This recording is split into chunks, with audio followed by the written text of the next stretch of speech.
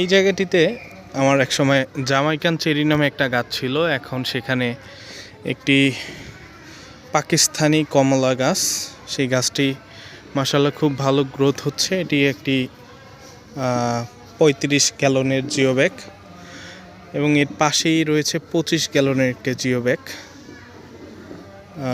এই পাশে 35 গ্যালনের আরও বেশ কিছু জিও ব্যাগ সেট আপ রয়েছে, যেখানে পেয়ারা সহ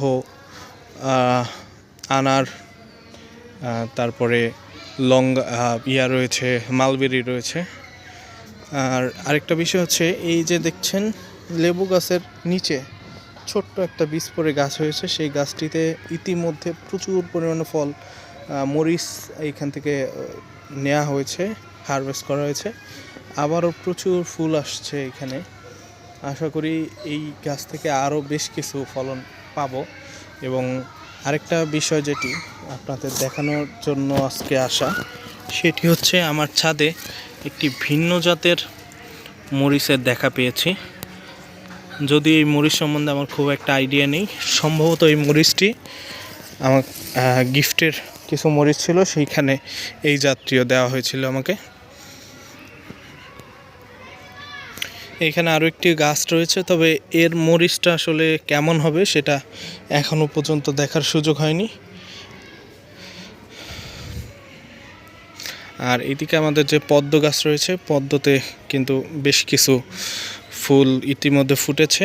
আর সবচেয়ে আকর্ষণীয় বিষয় হচ্ছে, আমার এই পদ্মের মধ্যে কিন্তু এখন নতুন করে আবার অনেকগুলো মাছ ছাড়া আছে, যদিও এই মাছটা রাতের বেলা খুব ভালো দেখা যায়। এটা একটা গোল্ডফিশ আপনারা এই মুহূর্তে যেটা দেখছেন। আর উপরে এখানে বেশ কিছু মলি দেওয়া আছে। মলি যেহেতু সরাসরি বাচ্চা ফোটায়, যার জন্য মলি মাছটাও দেওয়া। আর ওই ভিতরে একটা মাছ আপনারা দেখছেন কি না, এটা একটা লাল কই। এবং আরও একটা মাছ রয়েছে এখানে, গোরামি মাছটা, সেই মাছটা এর ভিতরে রয়েছে। সেই মাছটাও একজোড়া মাছ কিছু জায়গায় এখানে রাখা হয়। এখানে মূলত যেন কোনো ধরনের মশার আক্রমণ না হয় বা মশা উৎপাদন না হয়, সেই জন্য এই জায়গাটিতে মূলত এই মাছের ছাড়া বা মাছ চাষ বলা যায়। এদিকে বাকি যে সেট আপ রয়েছে তার মধ্যে মালবেরির খুব একটা প্রশংসা করতে পারছি না, কারণ মালবেরিটা খুব একটা খাওয়া হয় না, তবে ভালো ফলন দেয়। আমে খুবই হতাশ এই বছর, কারণ 3টা আম গাছ, এর মধ্যে একটি আম গাছেও এই বছর ফল পাইনি। 2-1টা ফল টিকে ছিল, সেগুলো শেষ পর্যন্ত রাখার সম্ভব হয়নি।